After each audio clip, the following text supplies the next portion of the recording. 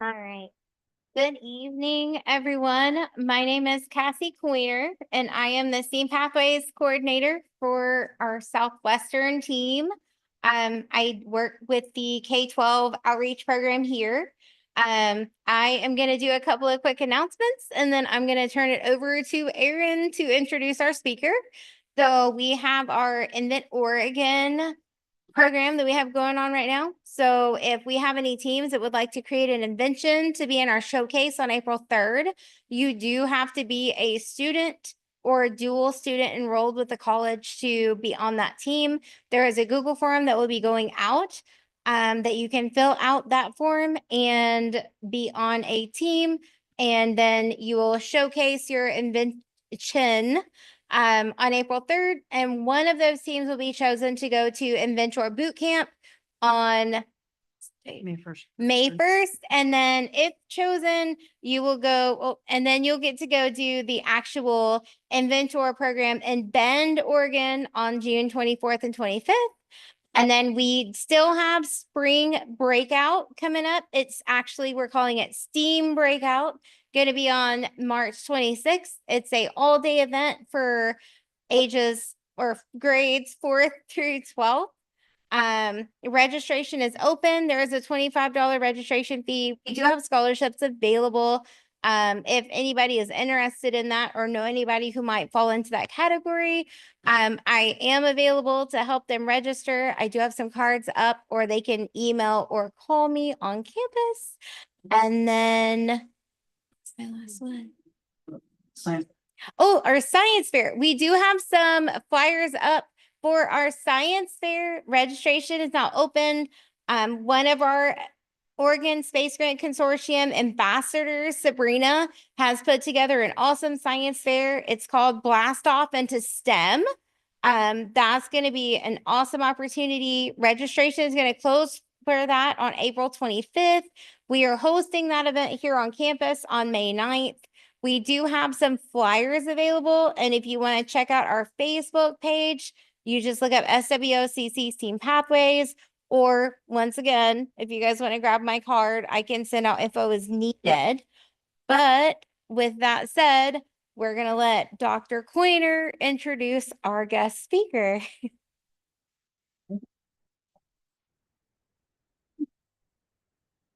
All right.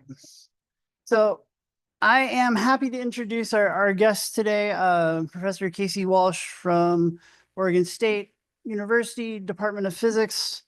I've worked with Casey on a few things trying to get physics education more accessible to various populations, particularly trying to solve some various crises with trying to get remote physics education to make sense, which sometimes it does and sometimes it doesn't.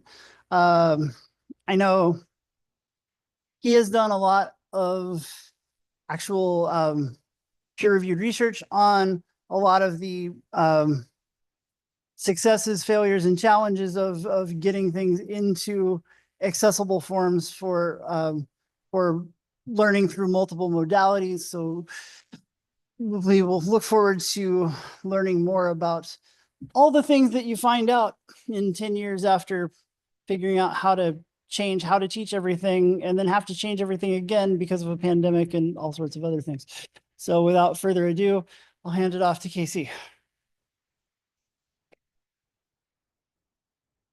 Yeah, thank you. Thank you, Aaron, and thanks for inviting me. I was kind of excited about this talk because usually I'm given very direct instructions of what I'm supposed to talk about, and it's usually getting in on very niche little things. And Aaron was so kind as to say, I don't know, whatever you think might be of interest. And it gave me a chance to be a little retrospective over some big changes that I realized happened 10 years ago. And that was scary to realize, actually, that it was 10 years ago that these things happened. So yeah, I'm Casey Walsh from Oregon State University, and thanks for coming. So I'll do it, but I'll do it by hand. It's fine. Nope, I'll do it by mouse. Okay, there we go. All right, so just a little bit about me. You're curious why I'm here. I'm a physicist. I started as a condensed matter theorist, and then I decided that I wasn't doing anything that was helping the world in any direct way. I realized that I really helped students, and I felt like that was when I felt like fulfilled. And so I decided to go and become an instructor. I was an instructor at LBCC. I was an instructor at Western Oregon University, and then I got a job as an instructor at Oregon State, which is also where I went to undergrad and graduate school. So I kind of have done a very small stint in a very small circle to come back to Oregon State. I got my degree at Oregon State, and I've been there since 1997. So I feel like I am very much Oregon State. But in my time being an instructor, I got the research buzz again. You know, you go and you get a PhD and you learn all these skills and you have all this curiosity. And so I was helping students, but I was ready to do some more research again. So I dove into education research, and I like to say I do PER, physics education research, without a license because I was not formally trained in it. But it turns out you can still learn all sorts of good stuff.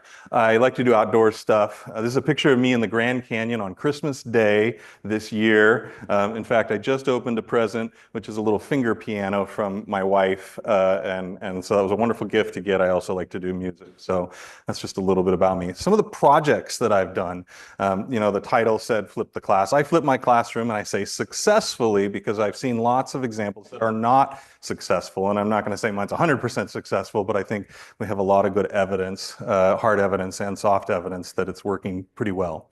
I built a complete open education research, OER, stands for Open Education Research Curriculum, to support the flipped classroom and to support a future project of building an online course. In the process, I realized, boy, it's really hard to service 600 students with me and you know, a few graduate TAs that are busy with their research. So I started a learning assistant program, and then after that, before the pandemic, we developed an entire online sequence of physics. And some other more recent things that I've done is I'm a program director for the Scholarship of Teaching and Learning Fellows program at Oregon State. And so we enable and train faculty members to do small research projects on their class, all the way from levels of just curiosity to full publications. And so we're supporting a wide range of abilities and interests in that program. And then my physics education research really started with educational data mining, lots of predictive analytics using machine learning to predict students' grades, to try and figure out the correlation between students working on one problem and whether it's going to affect a problem later. And so I do a lot of like heavy data analysis stuff. But actually in the last 2 or 3 years, I've been doing more programmatic studies where I'm looking at giant programs, including the Scholarship in Teaching and Learning program, and one that is just about ready to come out with publication, which is a review of high school physics in the state of Oregon. We just had no idea what's going on in high school physics. We want to get more community between high school, community college, and university professors. And so this project is sort of the first step towards that. So I'm going to talk about a whole bunch of different things. It's going to be a hodgepodge of ideas. My hope is that it maybe inspires some good questions, inspires some directions you want to go, but it's going to be somewhat surface level. So get those questions ready, and then I can go deeper if they can. And if you have a question, just raise your hand. We don't have to wait till the end. I'm totally happy to answer them as they come to you. So I also am of the generation and aged myself perfectly here to where David Letterman's top 10 was very impactful. And so since it was 10 years, I decided 10 lessons would be the right number of things to talk about. And 10 slides, I would come up with Casey's top 10 list. And this is my first time having a top 10 list. So without further ado, and these are in no order of like importance, like David Letterman's was not in the order. The number one was always the most boring one. But these are a little more chronological and a little bit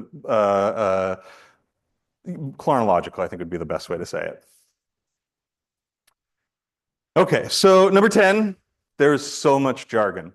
I came from a theory background doing condensed matter research where I'm just in theory land. And I decided I'm going to get into education. I'm going to become an instructor, eventually do that research piece. I wanted to learn how to be the best instructor I could be. And I was just sort of blown away with all of these words that I had no idea what they meant. And it seemed very sophisticated, and I felt very like a fish out of water. And I think the biggest lesson I want to say to everybody is that they're big words and they're fancy and you don't know what they are, but once you learn what they are, you're like, okay, that's not that complicated. Most of the ideas are not crazy complicated. Things like active engagement, flipped classroom, those are getting students actively engaged when they're in the class, when the experts are there, so that if they get stuck, you're there to help them. We've got these things like just-in-time teaching, studio, they talk about tutorial physics. All of those are different things that we use in the physics world to describe certain teaching practices. And so there's these ideas of evidence-based instructional practices. I think all of those fit under that heading. And I really think that if you took 30 years of physics education research and you boiled it down into one statement, it's that students learn physics best working with peers guided by experts. And it's like every single little thing we see is some version of trying to enable that type of engagement. And so I think one of the biggest lessons that I've learned, students learn by doing, and that should be pretty obvious to most people.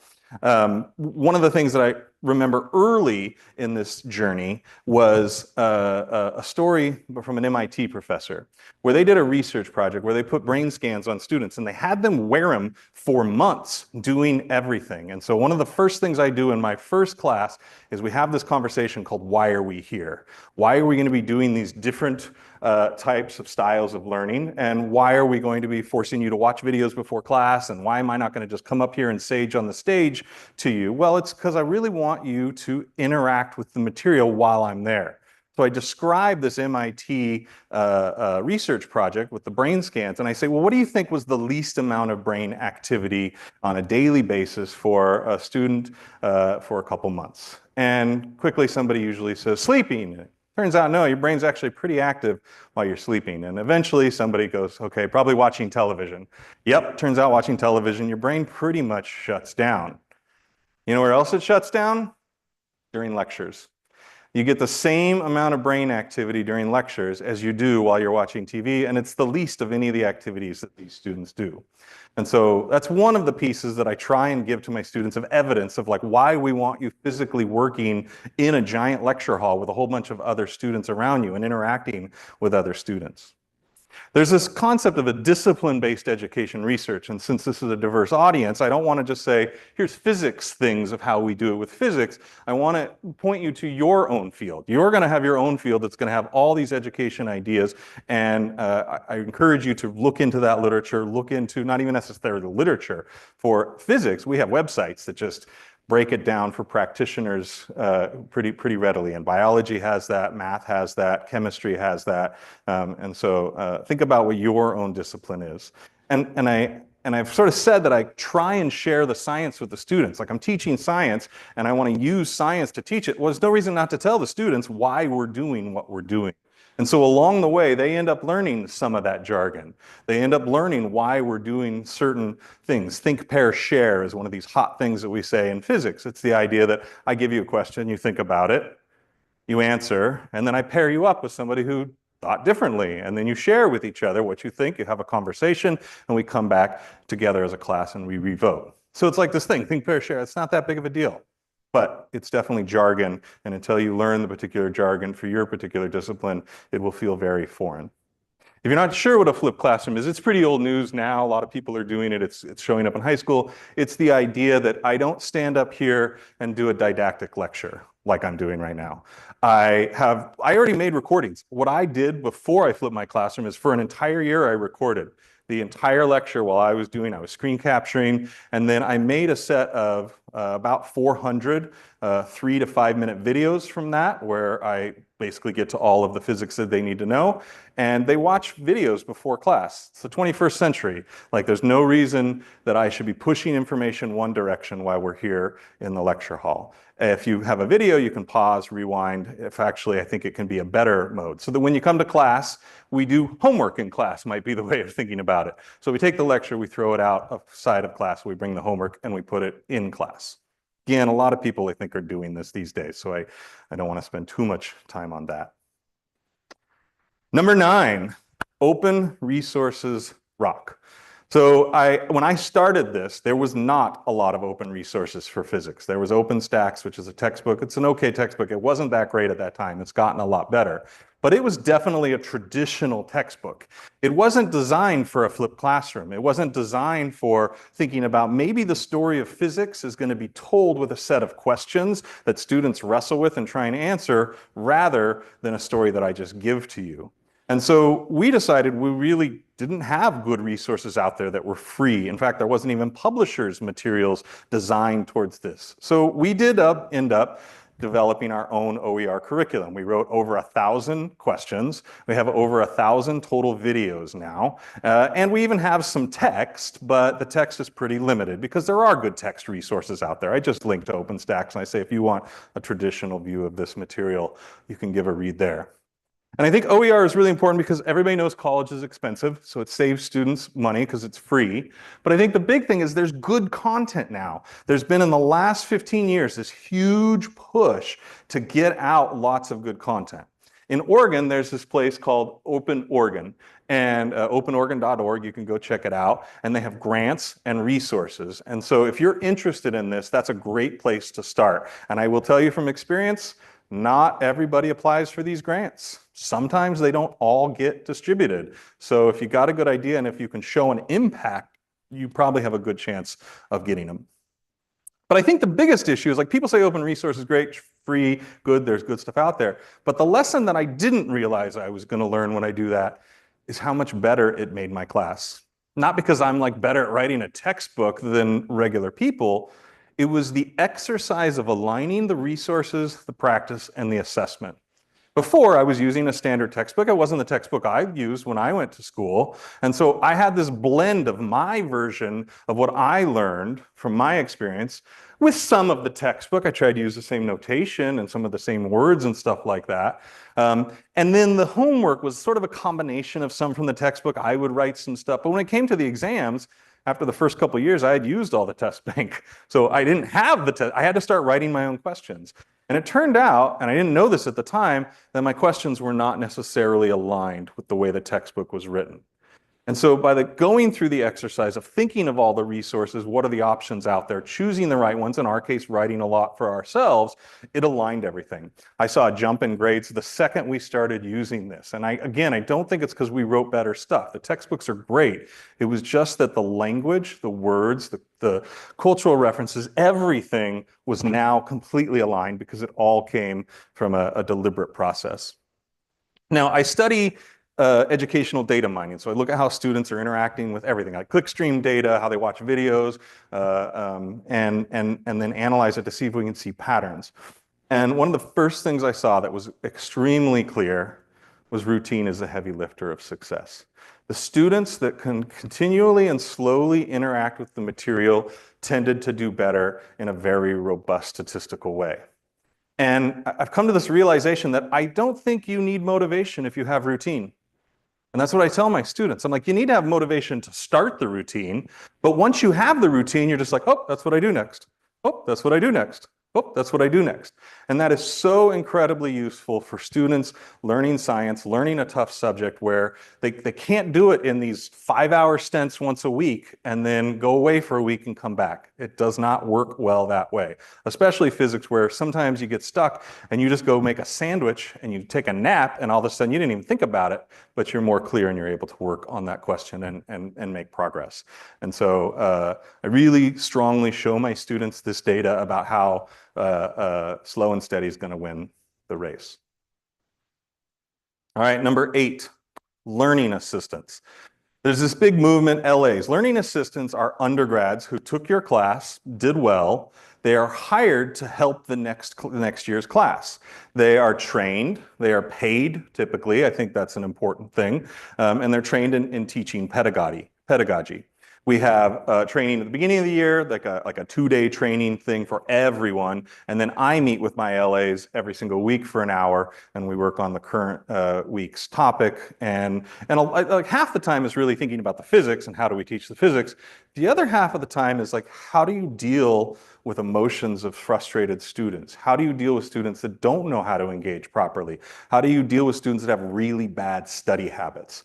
And so there's a lot of just social interpersonal interaction discussions that we have. And yeah, the LA model is just taking Sage on the stage and saying, now the instructor is working with the LAs and the LAs are working with students.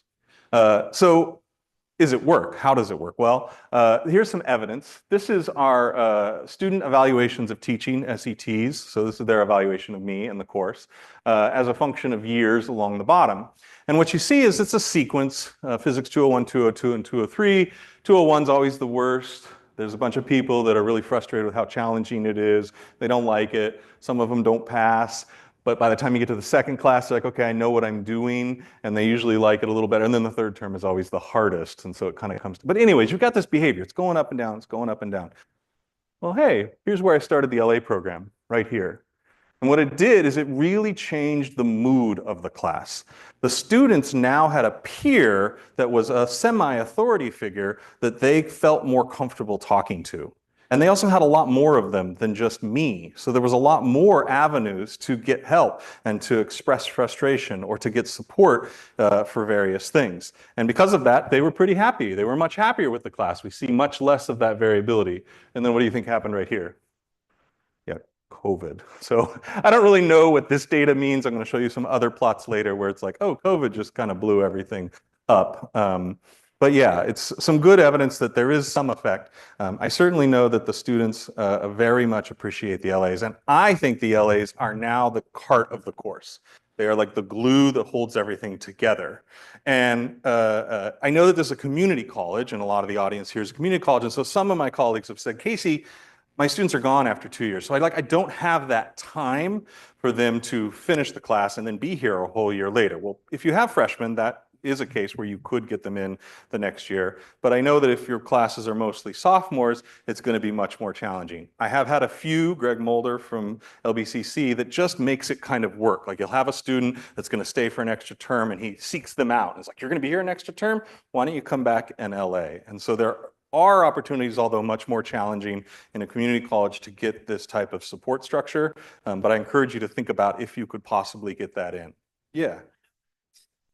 My classes have had some where, like I was telling you beforehand, sometimes they'll flip what they do for this curriculum or the engineering curriculum, where they'll take the physics first and take some of the other sciences later. So I'll have some of those students come back and be LAs for the second year. And I know we've been doing a lot of things throughout other disciplines we have a tutoring center that we call Laker Learning Commons, that we have the tutors up there, but you can actually do embedded tutors from the tutoring center that will come in and basically serve as LA as part of their tutoring hours that they're getting paid to do. But that's just something we have to set up through the LLC. Yeah, Aaron was saying that for the folks online, that he does have a percentage that do take the physics their freshman year, and he can bring them on LAs. There's other tutoring services. So I actually think LAs is not a new idea.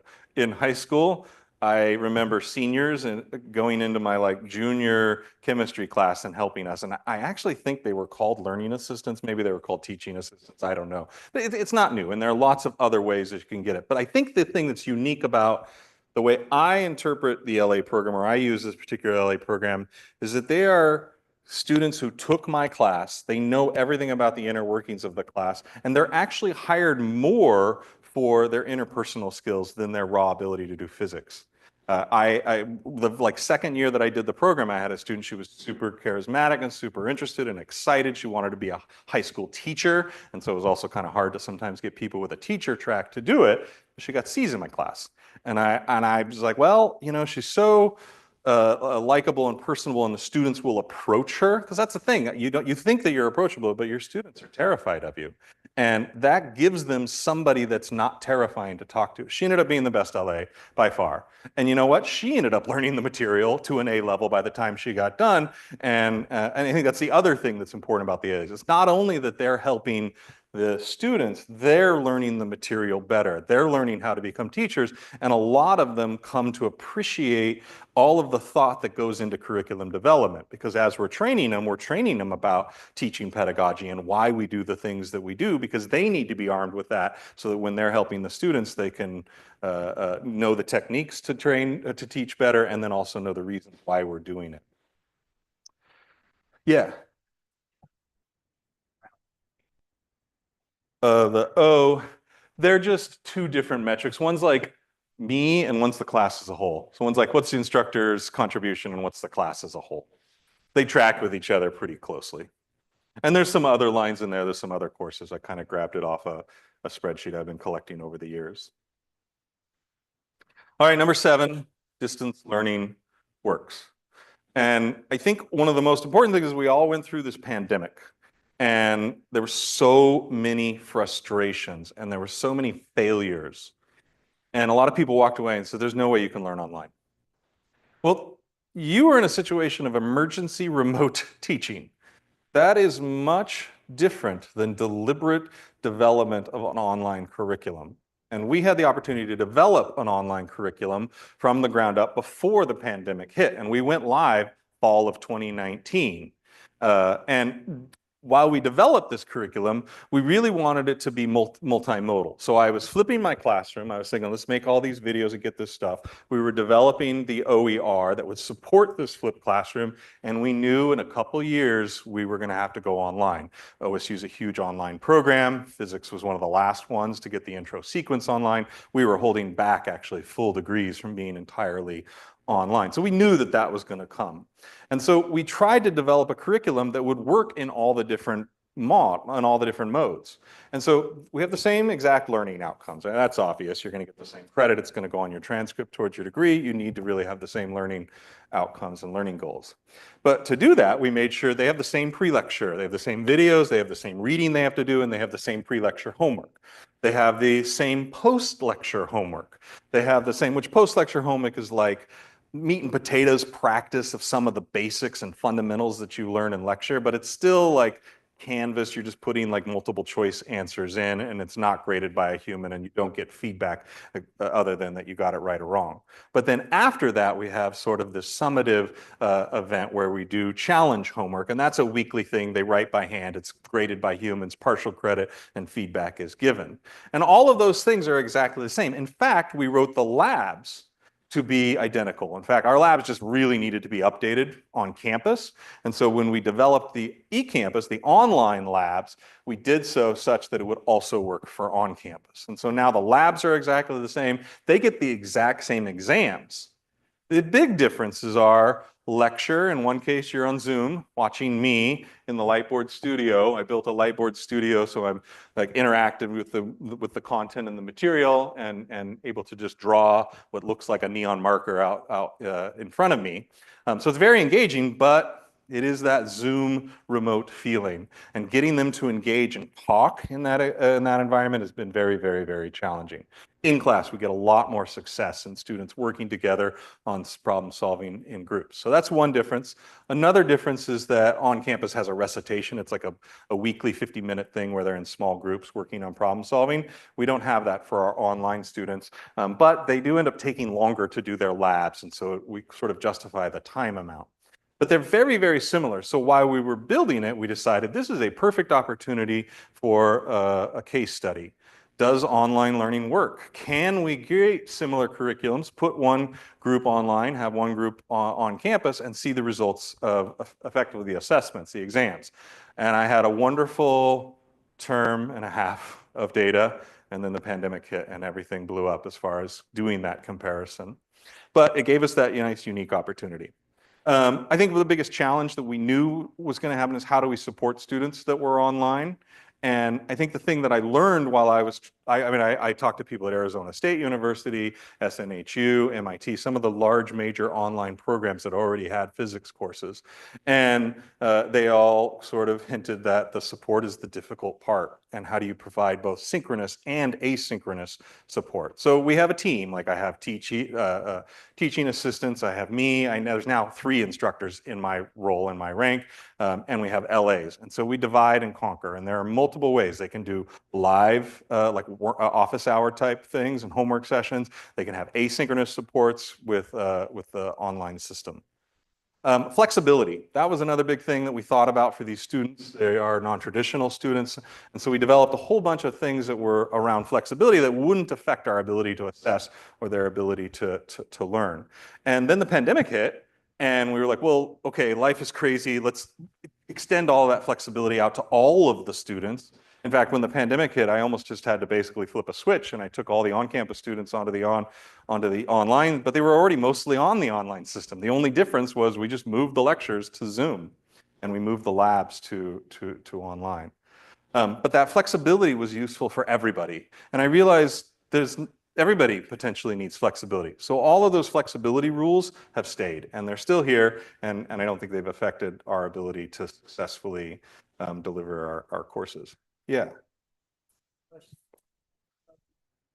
I know a lot of my colleagues who are looking at their various other disciplines have run into some challenges in terms of how best to effectively proctor like the online testing, because, well, their systems can get around and they're. I'll have a whole slide on that. Okay. So the question was about how do you do effective assessments online and I'll talk about that. That's basically at the end. Community, that's a really, really tough challenge. How do you create that human connection? And it's especially challenging because this is intro physics, not calc-based. So it's not physics majors, it's everybody else in science, and they tend to be less interested in physics and not knowing why they're here. And so we really struggle to make those human connections. The things that have worked are having a robust asynchronous support, meaning they can put up a question in there and know that within 24 hours, and usually within an hour, they're going to get a response. So that's been really, really helpful. I would say probably about 60 to 70% of our students almost rely entirely on that asynchronous support. But then we also offer live Zoom sessions and that synchronous support.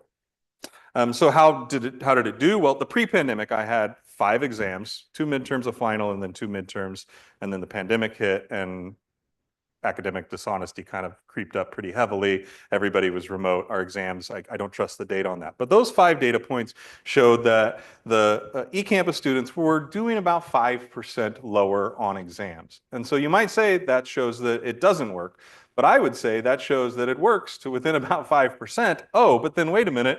We should look at the GPAs of the cohorts going in. And so if we correct for the GPA and take a set of on-campus students and eCampus students with the same GPA, you end up basically destroying that gap.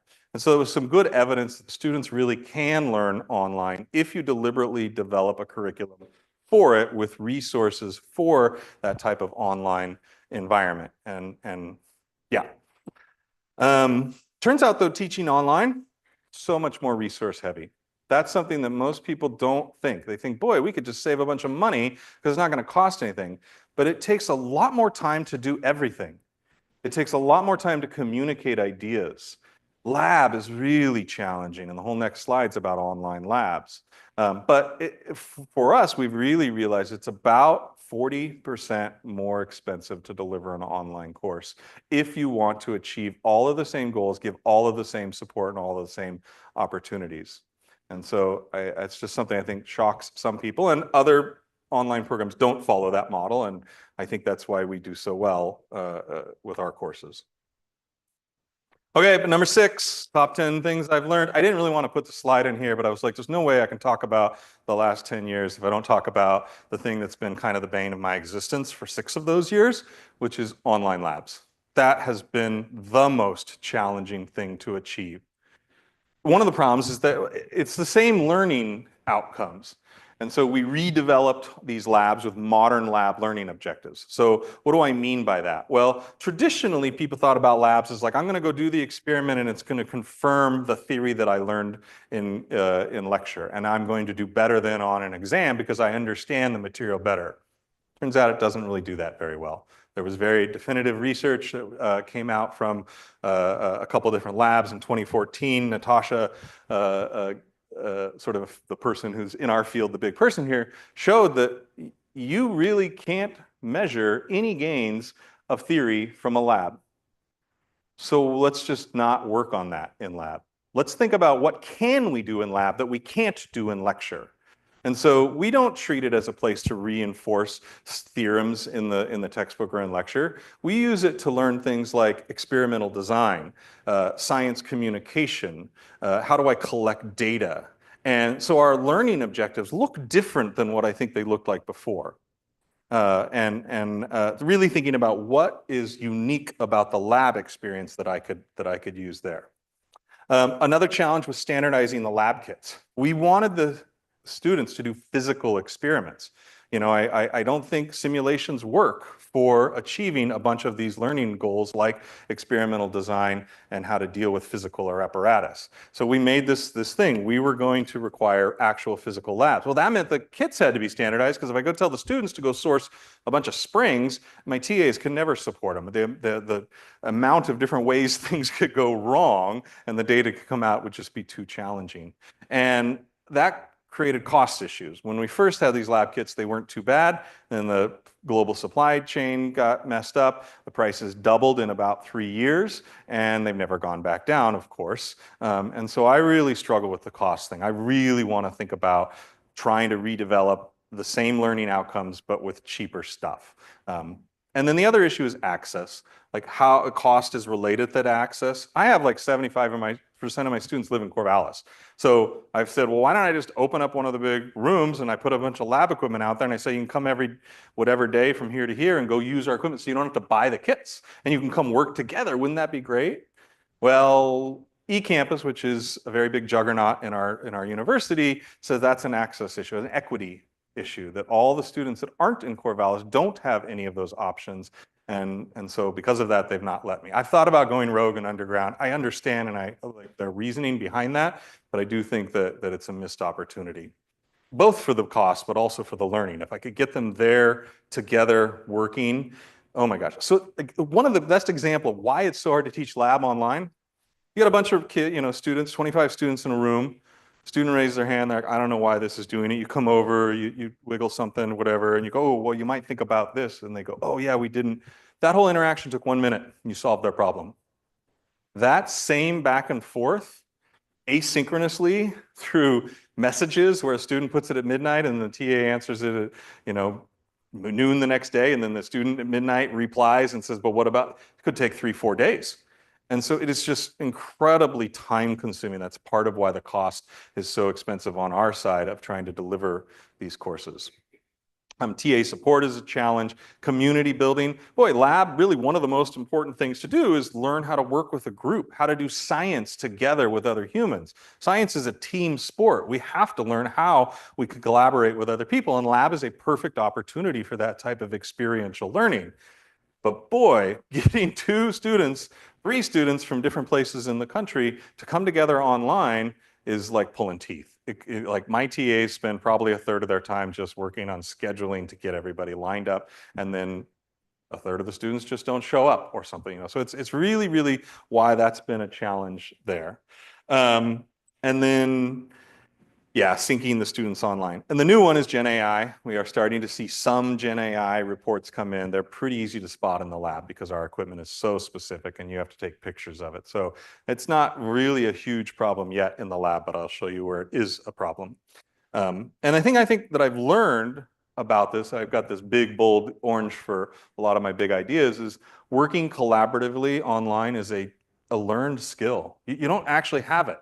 The students are like, oh, I don't have any time. I can't do this. My life is too busy. Sometimes I have to have conversations about you're overprescribed to take this class.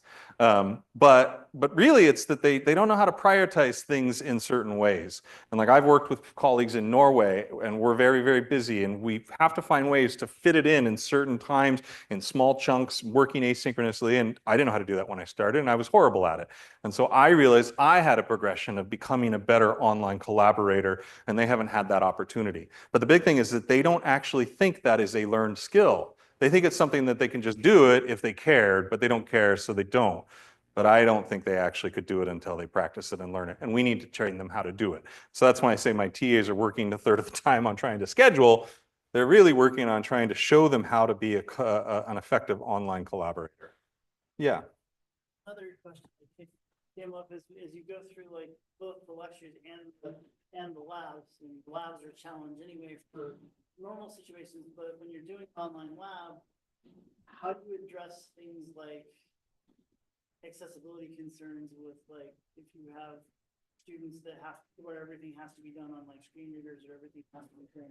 Yeah, so we have had a few students that have had accessibility issues, mobility issues, and so doing some of the labs were going to be impossible. Luckily, they were in Corvallis, so we were able to get them the support from the university accessibility services. I have yet to have a student that has one of those issues that's not in Corvallis, and I'm not sure how that's going to be handled. One of the ways I might think about it is we do have a set of online simulation-based labs that were created for emergency remote teaching. So like when the pandemic hit, all of my online students had lab kits and physical kits, but none of the Corvallis students, 600 Corvallis students were in that class at that time. They didn't have online kits, and we couldn't get those kits ordered and made into them. And so we did a whole bunch of simulation based labs. And so it might be the case that we would try and work on improving those labs to achieve the learning outcomes as best as we can. Yeah. Here, where they had to try and do a silicon oil drop experiment, and they had to try and do that. Yeah. The Millikan oil drop experiment is what he was talking about, and using computers to simulate that. We did build an entire OER online lab sequence for an entire year of introductory physics. Aaron already knows about it and he's interested in it, but if any of you else are, I can share you more information about that. All right, number 5, top 10 lessons I feel like I've learned. Belonging is everything. Belonging is everything. I'm a white male whose parents went to college. I felt like I belonged from the beginning. I didn't know what it was like not to feel like I belong, and I didn't understand how much that would affect my ability to learn. And so I think one of the important things that I really strive to, and I want other people to do, is thinking about the space that you create and thinking about how you help teach students how to make other people feel belonging. You know, they need to feel like they are supposed to be here, like this is where I'm supposed to be. The story I like to tell is I did some work on thinking about interventions. I had done this predictive analytics. I had this thing, I could predict a student's grade within 5% before they even entered the class. And so I've got all this powerful information, and I got evidence that these students might not pass. I was like, I feel an obligation to intervene and say, hey, you haven't even entered the class yet, but I'm really concerned you're not going to pass. And so there's some ways that we can support you and get you over the gap in knowledge that potentially you have. But I was really scared to do that because as soon as I started researching about intervention theory, I learned about some of the negative effects of interventions. You go to a white male like me whose parents went to college, you're a freshman or sophomore, and you say, hey, I think you're messing up and you need to change some of the ways you interact with this course to succeed. Probably going to go, yeah, you're right. Boy, that's going to motivate me. If you go to an underrepresented minority who's a first generation student, they might just hear that and say, my uncle was right, and like just drop out. There are evidence, not research that I've done, but in the literature of those types of effects. So thinking about that effect of belonging and how much that could just quickly, one comment, and you've changed your entire life path because you don't feel like you belong, really illustrates it to me. For physics, I think a lot of this is illustrating how it's important and okay to fail. But like failure is okay. One of the things I think we do in our society, at least in the United States, is our grading scales, they create a bunch of perfectionists, like 90% to 100% to get an A. Boy, I can't ask very many creative questions. I can't ask challenging questions if I want to have students have a reasonable chance of getting that A or that B. I'd much rather be able to say, why don't we make the A's start at 75%? And then I can ask challenging creative questions and you can get a 75%, and that's still considered really, really good because the challenge was quite hard, was quite large. I've tried to adjust my grading scale there is a deep-seated understanding in our culture that it's like 60 to 70, 70 to 80, 80 to 90, and the students really freak out when it's not that way. And so I'm somewhere in between where I would like to be, which would be a wide open grading scale with a nice bell curve right around 50%. Let's use the whole scale, stretch it all out, but let students know you can fail this entire exam and you'll still be okay. I'm not quite at that level. I'm somewhere in between. But it also meant scaffolding, thinking about the grade progression, thinking about how I'm, as a student, going to interact with something for the first time, get some formative knowledge building, then have a little like summary event, take a little quiz maybe, get some feedback. But that shouldn't affect your grade. You're still learning. That's still part of the process. And so how do you think about not getting the right answer, and then how do I get them to the right answer? How do I give them a chance to do rewrites? How do I give them opportunities to get to the bar that I want them to be by the end, and not have the grades that they developed along the way basically tank their grade along the way? And so I think that's one of the important things that I try and do in the flexibility. When I talk about the flexibility of the class, some of it is thinking about that. A simple example is their homework, their pre and their post-lecture homework. They lose 5% per day it's late, but that stops after 3 days. And then we set full credit at 85%. So it's an incentive to get things done in time. You don't, if you get it done by the due date, you don't even 85% and you'll get full credit. If you do miss days, you could still get full credit even to the end of the day. So that's like one example of the flexibility that we offer. Another lesson that I learned about belonging is representations in content. Like thinking about when I'm writing physics questions about what am I doing? Is when I started, I came from engineering, so they were all engineering applications. And boy, the students that I had are not engineering students, and so they were not interested in that. They're biology and geology, some chemistry. They come from the broader range of sciences than the physics and the engineering and the math. And so thinking about when I develop the content, when I give the examples, that I think of a diverse number of examples. I have diversity in the people that you see in the questions. I have diversity in the topics. One of my colleagues is like the world's most expert in superheroes. And he wrote like 50 questions, and every single one was a superhero. And then when I saw it, I was like, that was a lot of work. Okay, you cannot write any more superheroes. There can be no more superheroes in our curriculum. There's enough of that. And so that was really important, and I think helped students. And it was so simple. Some of the things, like instead of saying a baseball flies through the air, I say a frog jumps. And the biology student's like, thanks for making this relevant to my degree. And I'm like, okay. So it could be small things, but it can also be big and meaningful things. What helped also was when I put that cultural lens, when I was writing content, working with a colleague. At about that time where we were about to go online, we needed a new faculty member. And so we hired a new faculty member. It was the first time I had somebody to team teach with. And all of a sudden, everything that we wrote back and forth was being audited by each other and peer reviewed. And we put that lens on. And there were so many things that even though he's a white male as well, about my age, he has world views that I hadn't thought of, and he could see things, and same with me. And so just having more eyes on it, thinking with that lens was extremely helpful. And then learning how to collaborate equitably. Like the students don't know how to engage in this environment. And so, the big bold thing I have here, which I tell my students over and over again, it's like a mantra: give space, take space. If you're talking too much, shut up and let other people talk. If you haven't said anything, you've earned the right to be here, and you've earned the right to take some space. And so we're constantly thinking about that. And once you start to get enough students thinking about it, they self-regulate. And they'll be like, okay, we should be quiet. Sarah hasn't said anything, and Joe hasn't said anything for a while. And there's so many places where that can happen: group discussions, group work, online, teaching them about bias and implicit bias that they might have. And then experiential learning is a place where belonging can be difficult. You get into the lab and you've got potentially a male who loved tinkering with stuff growing up, and they hoard the equipment, and they're really good at it. But guess what? That's why you shouldn't be touching it. You're not going to learn anything from building that apparatus. You already have that skill. But you know what? Somebody who didn't have that experience, they're the ones that should be working on it. They should be grabbing it with their hands and trying to build it together. So thinking about in that experiential learning space, how that might be. In physics, we have a couple good programs. Your discipline might as well. One is called Step Up, which is a program to get women into physics to try and work on the leaky STEM pipeline. And another one, the Society of Physics Students, is our undergrad community. It's all throughout the entire nation, and they have so many good programs and are constantly championing that type of behavior and belonging.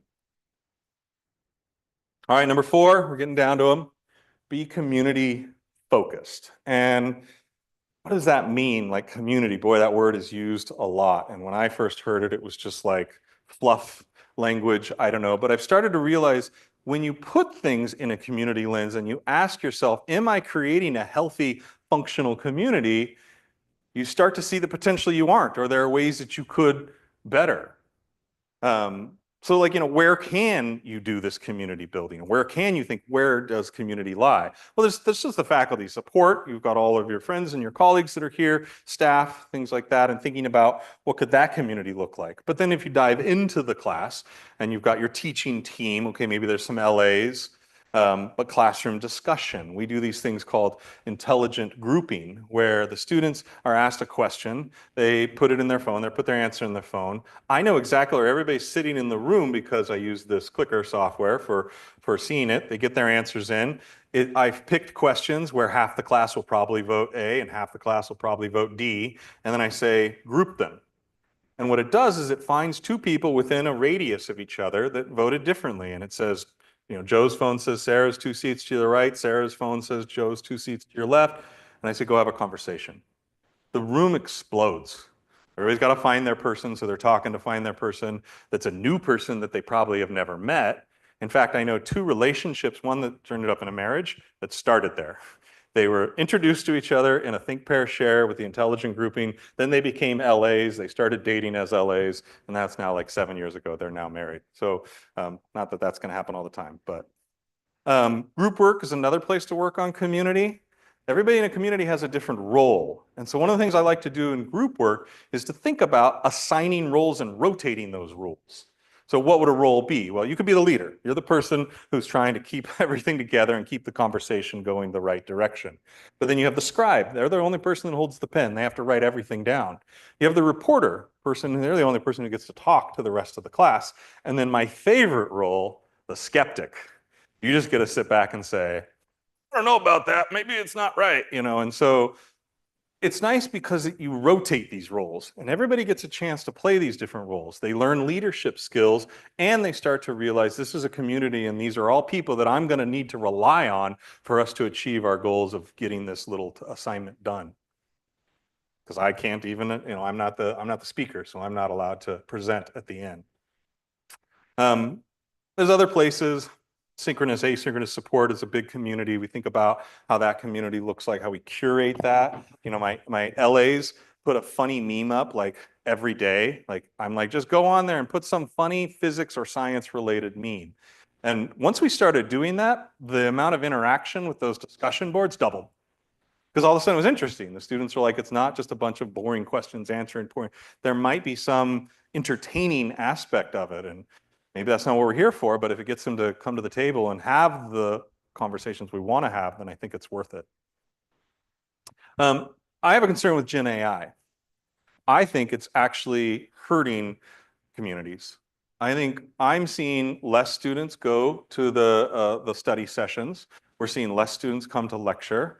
We're seeing less students come to office hours. And this is all in-person classes. And then I've got issues with the online versions of all of those. But I have less students. It's harder to see if that effect is real there. But it's very real in the Corvallis campus. And when I talk to students, when my LAs talk to their friends and ask what's going on, they almost always say, yeah, I just ChatGPT'd it and it explained it to me. They no longer think they need to have a conversation with us, that's valuable because the simulation is going to be an equivalent conversation, which it's not. And I think maybe someday it could be, but nothing that I've seen has worked well enough to really simulate what an educator would be doing, a trained educator. So I really think we need to think about how GenAI is going to affect communities. And then there's faculty learning communities. I talked about evidence-based instructional practices, discipline-based education research. I'm a program director for an education research group where we train students, and we're always thinking about how we develop community there. We're actually writing our first paper where we interviewed all of our fellows over a 3-year period. And it was my first dive into qualitative research. So I had to code everything to the themes. We did thematic analysis. Oh my gosh, that took forever. Actually, AI probably could have done it really quick, but don't tell anybody that. I haven't tried it yet, but I'm going to when we're done. And so I'm writing a paper right now, and I'm learning about theoretical frameworks and more about theoretical. I'm still a novice in that, but I just wanted to point out that all of these theoretical frameworks about learning and about how communities facilitate learning all have a social community aspect that they refer to.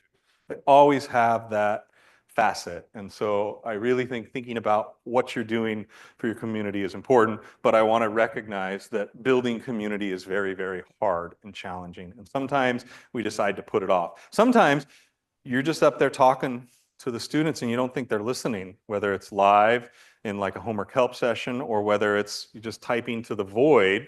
And so that's, I think, one of the hardest community things I have. Like I give lectures to 100 students online and no video is on and there's very little type happening in the chat.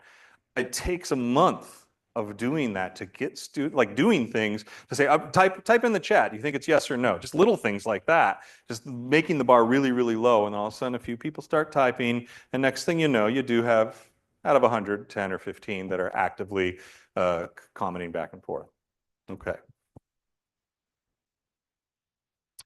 Number 3, study your class. I know that research is probably not part of your position description, but it doesn't have to be peer-reviewed level research. It can be very small level, and it can be one thing at a time or one little idea that you want to explore each year. I started by, I wanted to know if the students were watching the videos. I was going to flip my classroom, and I was like, well, if they don't watch the pre-lecture videos and they come to class, it's just going to fail because we're diving right into practicing homework-like questions. And so I tracked their engagement with all of the resources, videos, clicks on websites, all sorts of stuff. And so this just all of a sudden taught me something. Well, let's see, here's week 0, week 1. Week 2. First thing you see is they interact a lot more in the middle of the week, and they don't on the weekends. This is pre-Ecampus, so I don't know if the online students are a little bit different. I suspect they would. Oh, boom, this giant spike happens at midterm 1. Giant spike happens at midterm 2. And then this little one over here is check your grade. They all just got their grade, and they all click on the website, the course website, and be like, so what's the rubric, or what's the grade breakdown? What did that end up meaning? And so I learned some things. This sparked me to go into thinking about how people are cramming right here, and right here.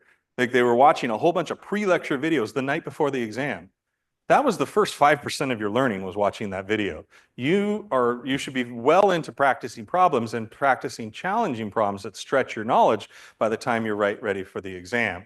And so that helped me bring this data and show, look, when you actually watch videos right before the exam, that correlates negatively with how you do on the exam. And it's probably not because watching the video was bad, it was that you didn't watch it before and you're trying to cram it all at the end. This is fun data. This is like, okay, so when we created this curriculum, I said, well, what are the learning objectives? And we just started writing them down, and they were super fine-grained. Students will use the quadratic equation to solve a kinematics problem. When you go down to that fine grain of learning outcomes and learning objectives, we have over 550, and we're not done with the entire sequence yet. And so this is a roughly week-long module, and there's whatever number there is, 30 different learning outcomes. Boy, if you really write down everything you think your students are going to learn, you will be shocked at how much you actually expect them to learn. But then I mapped it out how often, because I coded every single question, video, and text that they read to these learning outcomes and said, how much are we triggering them to interact with these things at the familiarized stages like pre-lecture, practice stages, lecture, multiple stages of the learning progress. And right away I was like, oh yeah, these are important ones. And I looked at what they are and I was like, yeah, that's important. Uh-oh, what's that? And these are things that I thought they were going to learn that I never once had them interact with. And so it allowed me to kind of think about where are the gaps in what I'm presenting. I am running out of time. I would love to explain to you what this is. This is the most sophisticated research I've ever done, where this is every single question in a term, and we're using AI to predict if a student, how they will do on a given question. I'll predict whether you're going to get it right or not, and the input that comes into that is all of your performance on all the previous questions and about 4.5 million interactions from other students with those questions. And so I'm sort of mapping out what I like to say, the catchy term, the genome of learning, to try and find bellwether questions and then understand what makes it a bellwether question and how can I make sure that I'm teaching them to be ready for that one at the right time. But the point is there's this thing called action research, another one of those buzzy words. It's research that's not intended for publication. You don't have to get IRB, you don't have to do any of these formal things, and you can just ask questions to change, to make action in your class, to make some change. And so especially if you're teaching science, I think you should maybe think about doing some science on your class, and it can be small things. All right, number 2, expect change. You know, continual curriculum reform, I think, is something that I really strongly believe in. But now I also realize that even if that's not your theory, you have to, because the world changes so fast that you have to keep up with it. And that means that we really are continually having to innovate. Another, just the example, this year we're working on metacognition, and we're getting that into our homeworks. And so we've changed the rubrics, we've created some activities where they think about the question from the previous week, and they think about different features of the solutions, what could they have done better, and what could they improve on. And that was just our project for this year. I've also learned like leadership changes when you've been around an institution long enough, and with that, the institutional memory of like all the contributions, all the things that are working, just it gets recycled over and over and over again, and we lose that institutional memory. So everything's changing, the priorities of you, the priorities, and embracing that change, I think, is really useful. And so my suggestion is just try and change one thing each term or each year or something, and it can be small. I just was going through the previous slide, had like research I had, and so I saw a plot from one of my things that involved change. That's why this went on here. This is basically just looking at if students change the amount of pre-lecture videos they were watching, could that actually show up as an improvement in their exams? And so as you go to the right, it's increasing their engagement in the videos between a given exam and the next one. And if you go up, they performed better. And there's some interesting statistical correlation between that I think improve. Actually, I don't think it's because you watch the videos. It's probably because you changed a lot of how you were interacting with the class, including that. But it was something we were able to measure. All right, last one, expect challenges. And I have a lot of challenges that I'm currently working on, or a lot of us are. Higher ed is sort of under attack. People are questioning if it's valuable, if it's useful. So I think that's a big existential crisis that a lot of us are dealing with. Online labs, I talked about that. The eroding community that I feel like is occurring, and potentially because of genAI.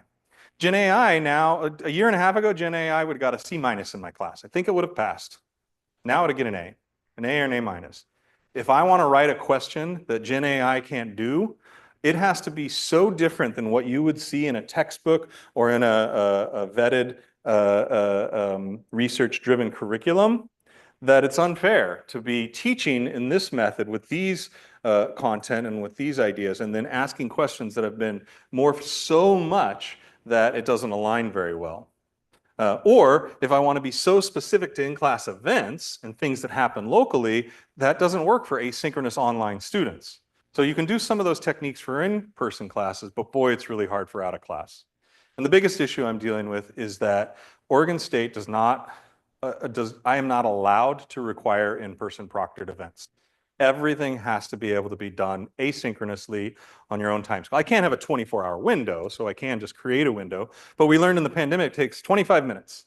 You put anything up for 25 minutes and it will be on Discord, and it'll be out and available on chegg.com. And so the way we dealt with this in pandemic is that they would have finals that would have 3 or 4 20-minute things. It would release to you, everybody's doing it synchronously. There's not enough time to get the question posted online, somebody answer it and bring it back. And that was working pretty well back then for on campus. But Ecampus still had a 24-hour window and everything showed up on Chegg. And so that comparative analysis that I wanted to do of Ecampus and on campus and compare the two cohorts with the same curriculum, has been basically impossible to do since the pandemic. We did have a policy before the pandemic, and I did have in-person exams for those Ecampus students. So I had 5 exams, 5 data points where I felt everything was secure. That's when I showed you the data that like it was about a 5% difference in how they did, but if you corrected for GPA, that gap went away. And so I've been trying to share this with the administration and say, how do we solve this? Can you actually just bring back in-person proctored exams, maybe at least just a final, just give me 1 exam per term that I can like secure the environment around? And I was looking at data. So I plotted the percent difference. These are the exact same questions. The students had the exact same exams. They've been having them since 2019. And so I took the difference in the average of the Corvallis campus and the Ecampus, and then I've plotted that. And so a positive number means Corvallis was doing better. A negative number means Ecampus was doing better. And I see these few data points here in the front are the ones that I trust. And there was a good clustering. It was sort of a consistent thing that I saw. All of a sudden, everything went online, and we were figuring out how to deal with academic integrity. There was chegg.com problems. And so I don't really trust any of this data. I mean, this is obviously, this is the pandemic. We did like mini exam models. Like every week you'd have a little mini exam, but there was no midterms and no finals. We were just trying all different types of things. By the time we got to here, 24, 2020, and this year, we'd kind of standardized back to 2 midterms and a final just because it's just hard to do anything different with 600 students. But I started to, when I first plotted, I was like, oh, there's nothing. And then I was like, wait a minute, let's go by each group each year. And so I plotted it per year, did little linear fits. And there's some behavior. I think what you're staring at is that students come into the class and are scared to cheat and realize over time it's easier and easier and easier. And so the online students who have access to that potentially, I think when I look at the grades and I grade the questions, roughly 30 to 40% of them look like identical solutions, identical to what you might see on Chegg or now ChatGPT, and they don't even use the notation we use in the class. And now I'm seeing the problem shift down and down to where now you get to this year and it's like they were already at parity at the beginning, and I feel like it might just keep going more and more. And I feel like that's potentially, I have no idea, but I feel like that's potentially the genAI effect because it's been pushing the data in the last 2 years in one direction. So anyways, I think with the expect challenges, be bold, be brave, be curious, and just like know that that's what's going to be happening. And so you'll be ready to take on whatever you find. All right. Well, thank you so much for inviting me. And yeah, let's discuss. I guess with the development with between genAI and all the various other online access things that you have, and not being able to do proctored exams because that becomes, I get sort of the accessibility issue for the asynchronous students, but I also kind of get the importance of having it be a proctored situation where they don't have access to certain resources. What kinds of approaches do you have for let's just say mitigating the chaos? How do we mitigate these genAI effects and the fact that it's just the bar to cheat it? Like, to give you an idea how easy this is now, one of my LAs showed me this. They were like, there's a new app. You know, we have Proctorio. It takes over their computer. There's ethical issues with that I don't like either. But supposedly it's proctoring and it's keeping track of everything. Well, no, it can't see what's not off its screen. And so they can hold their phone like this and they just hold the app like this.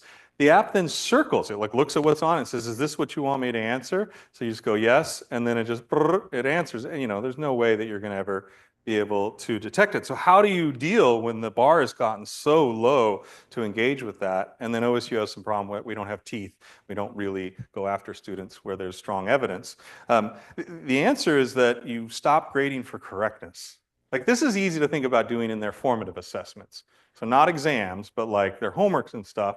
We've changed our rubrics. I said our goal this year was metacognition and our homework. The other thing was we de-emphasized whether you get the right answer, because that was what was making them feel that they had to go to the A. Even the A students who are pre-meds were like, well, I do it. I really work hard because I know I need to learn it, but then I'm going to go look at AI to make sure I get it right before I turn it in because I got to get an A. I have to get an A. Everybody's obsessed with perfection in this world.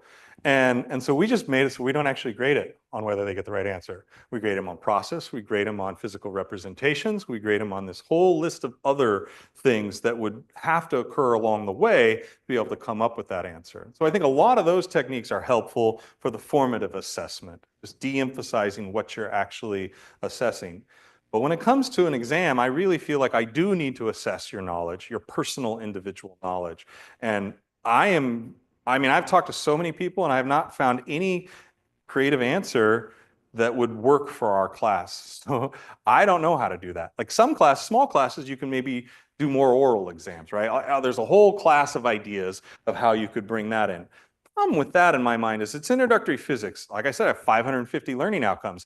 Am I going to make public speaking another thing that I have to teach a student how to do? And think about imposter syndrome and how shy people are, and it is not a fair assessment. You put 10 students in front of you, you give them 20 minutes each. Now talk about the time. I got 600 students. I can't possibly do that. But even if I had a small class, I'm going to get 10 very different interactions, and it's not going to be based on their knowledge of physics, how those interactions differ. So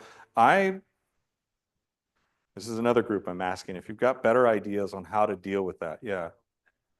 Of course here, and it was like, there was about kidneys, build a physical model that was very thing, find around the house, like string or spaghetti or something like that. Take a picture of it, send it online.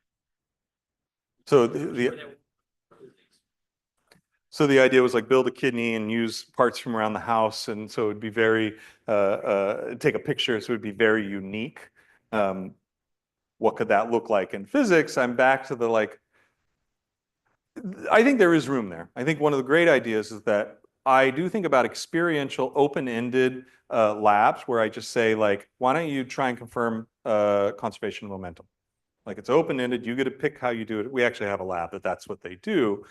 But we expect them to use the equipment we have. Maybe if I didn't say the equipment and I said stuff around the house, but AI pictures of. My final is not necessarily a final that is based on problems that they're solving based on the material that we've covered for the test. They have a final research paper that they do where they get to pick a topic that's of interest to them.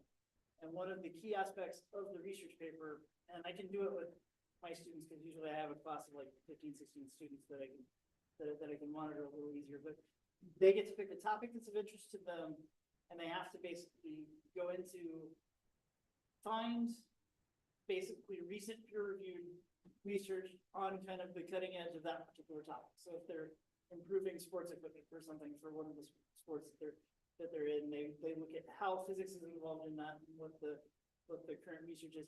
And then part of the final is they have to go down and explain, okay, how does this relate to the concepts that we talked about in class? Where did we use kinematics? Where did they use forces?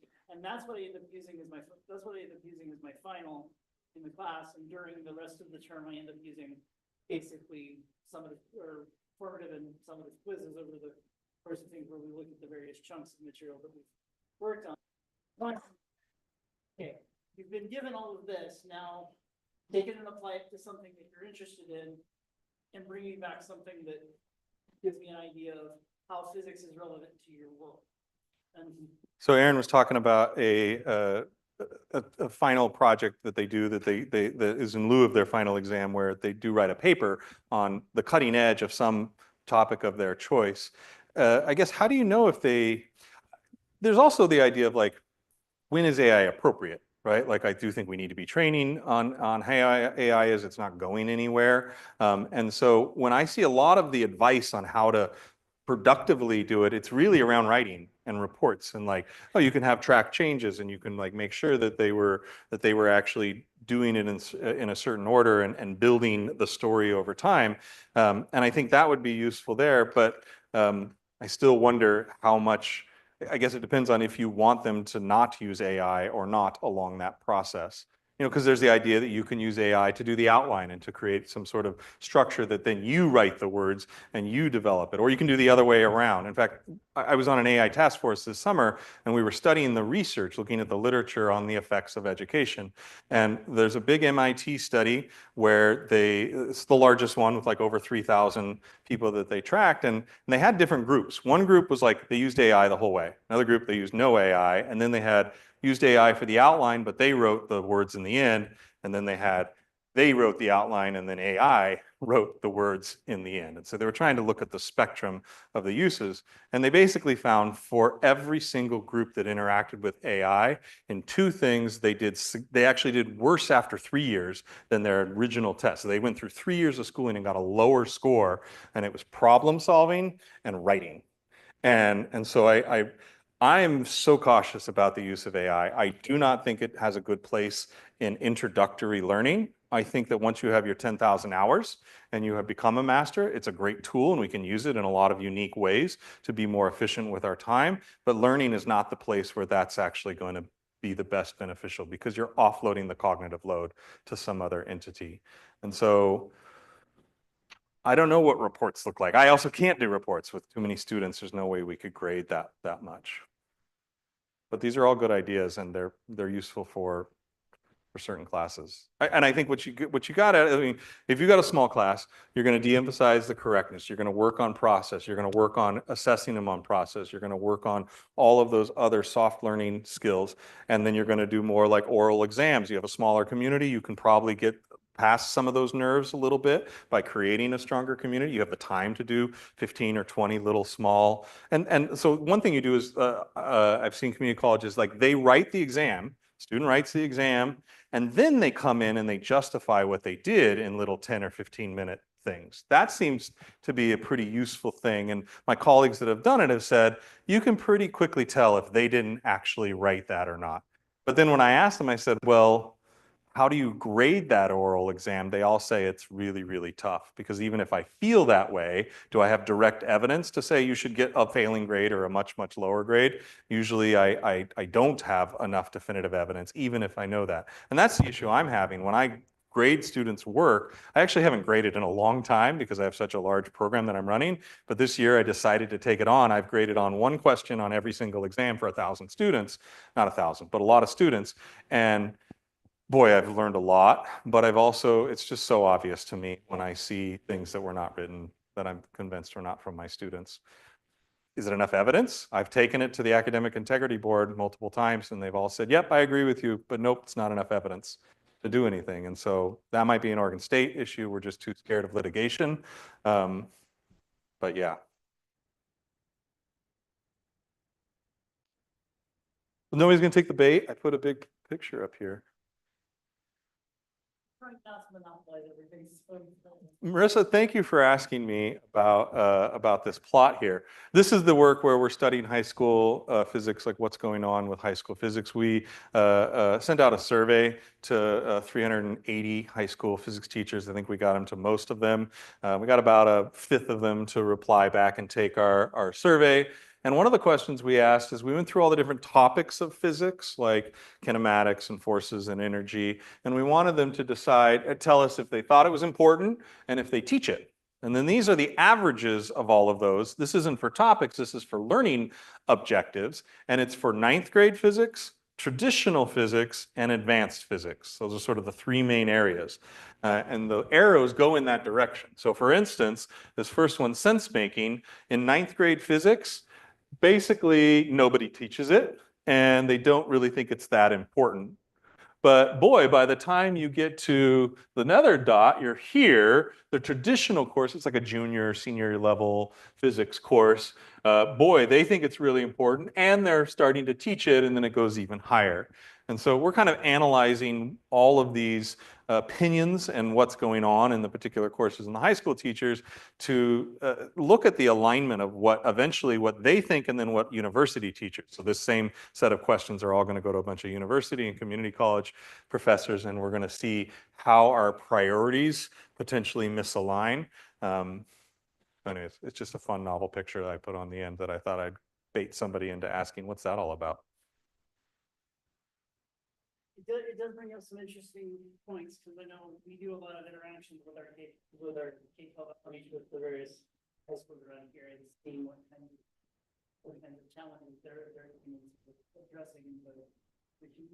basically trying to hit all of the content goals, but still hit the more of the overall learning challenges that I think supersede the content goal. I know you have to hit the content checkboxes, but does it really help to hit the content checkboxes if you're not teaching them how to think about it, how to address it? And what's the progression look like from freshman to traditional to advanced to college? Not college was about campus like that. Here's a campaign for writing things down. The next thing was take a look at what's really an observation and what's an interpretation. Mm-hmm. Yeah, I think some of the big things that we've learned, or just a couple things, is that there's a large variance in opinion about what ninth grade physics is and what its goals should be. And so I think one of our suggestions is going to be coming together as a community and aligning what are the real goals of ninth grade physics. And ninth grade physics is not a replacement for the traditional high school physics. It's not a college prep physics course at all. They're not ready to do enough sophisticated stuff. I think it's very important, and I really love the idea of this physics first, but it's an introduction to science, really. It's an introduction to numbers and how numbers and plots and taking data and all of that comes together. It's a little bit of like thinking about functional forms, and there is some context of physics that you're doing that in, but you really have those broader set of learning objectives, and you really can't dive into the very specifics of preparing somebody for college physics. And I think there are programs that say we require a physics course, and then universities that interpret that as you have a college physics prep course, because that's all it used to be until about 10 years ago when this ninth grade physics first came about. And so one of our suggestions is going to be like, that's not equivalent to a high school physics experience. It doesn't mean it's not valuable. It's just not the same thing. Okay. I mean, look at science communication. In ninth grade, it's taught a lot. Like they think that's really important and they focus on it. It's important and it's taught. But then somehow by the time you go to traditional, they don't even like talk about tradition, or say they don't even talk about science communication. It seems like they don't teach it. And then you get to advanced and they're teaching it a lot, but they don't actually think it's important. So I know there's all sorts of interesting things coming out of these plots, and they're kind of a novel way of looking at that data.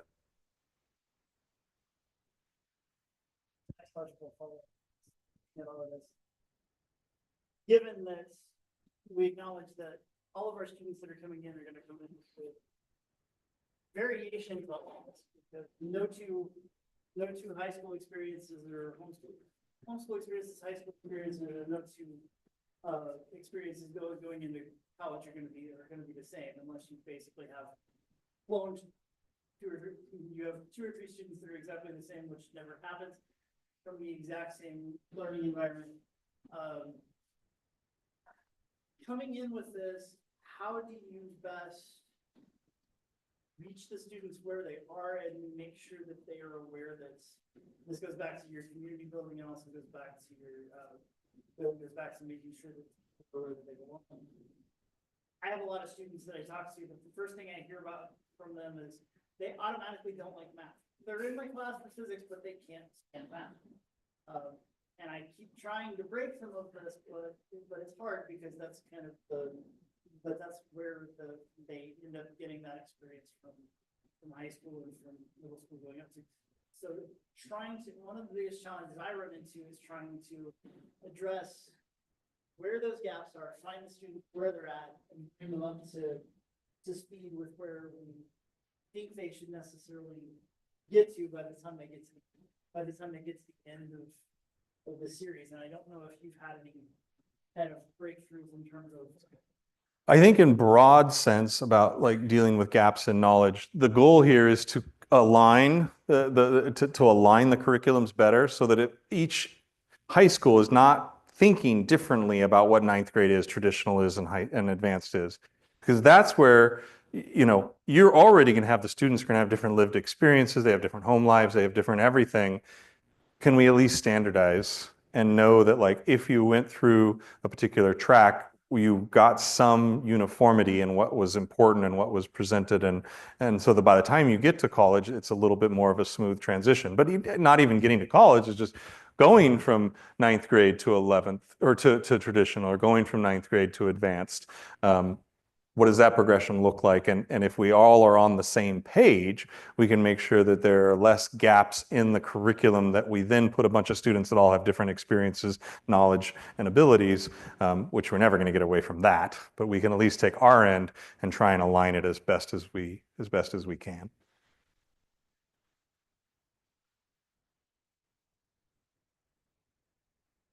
It's an ongoing challenge. Sometimes. It is. It is. Well, thank you again for having me. And yeah, I'll stick around if folks got some more questions.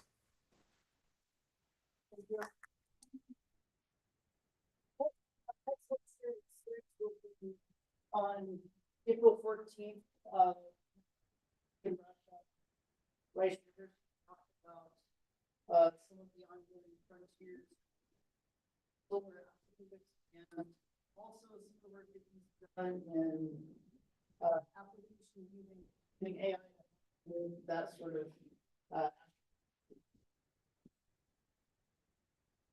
Would you like me to turn this off, the Zoom?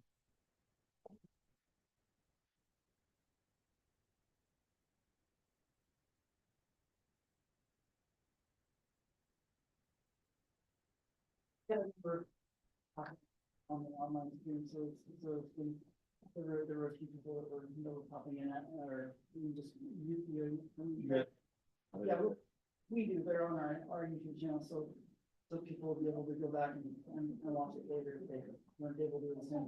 Cool. So, Almost everything. Hybrid. Like, yeah. Sometimes. Oh, nobody likes. I go. Oh, no. I understand. Everybody has different ways that they live. There's nothing wrong with that. Like finding ways that people can learn in different modes.